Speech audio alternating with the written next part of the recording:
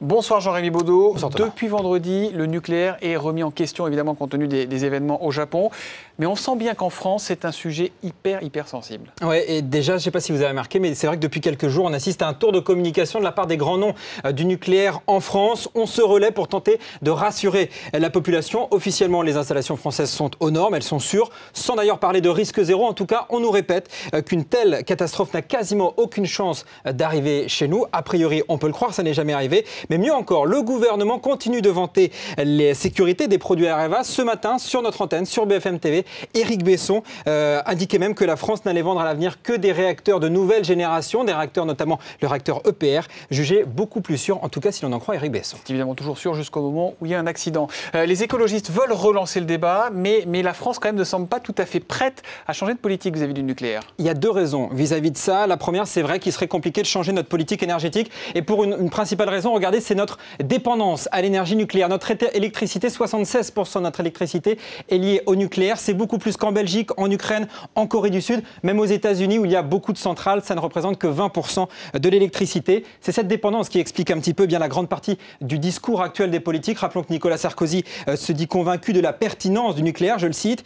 Une filière importante donc pour notre indépendance énergétique, mais aussi pour l'économie. On va voir le chiffre d'affaires réalisé par l'électricité nucléaire entre 10 et 15 milliards d'euros par an. 15 milliards d'euros par an. Évidemment, derrière tout ça, on imagine qu'il y a beaucoup d'emplois, Jean-Rémy. Et oui, car d'ailleurs, beaucoup de groupes qui sont lancés dans le nucléaire en même temps que la France dans les années 60-70, aujourd'hui, ce sont des géants internationaux. Et en France, ça représente 200 000 emplois directs et indirects. Rien que Areva, en France, c'est 30 000 personnes. La plupart des grands patrons des grands groupes français ont des intérêts dans le nucléaire. On cite évidemment EDF, Alstom, mais aussi Bouygues, Vinci, ou tous ces grands groupes de la construction à l'exploitation des centrales, sans oublier évidemment tous les sous-traitants. Par exemple, pour la maintenance des centrales, eh bien EDF emploie 20 000 personnes en France chaque année juste pour l'entretien des centrales nucléaires. L'écho en bref.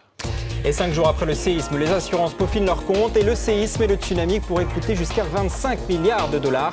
Les dommages directement liés aux secousses dans les bâtiments et les infrastructures seraient les plus coûteux, entre 10 et 15 milliards de dollars. La situation au Japon qui a des répercussions jusque sur les marchés monétaires. La devise nippone dépasse les 80 yens pour $1 en clôture.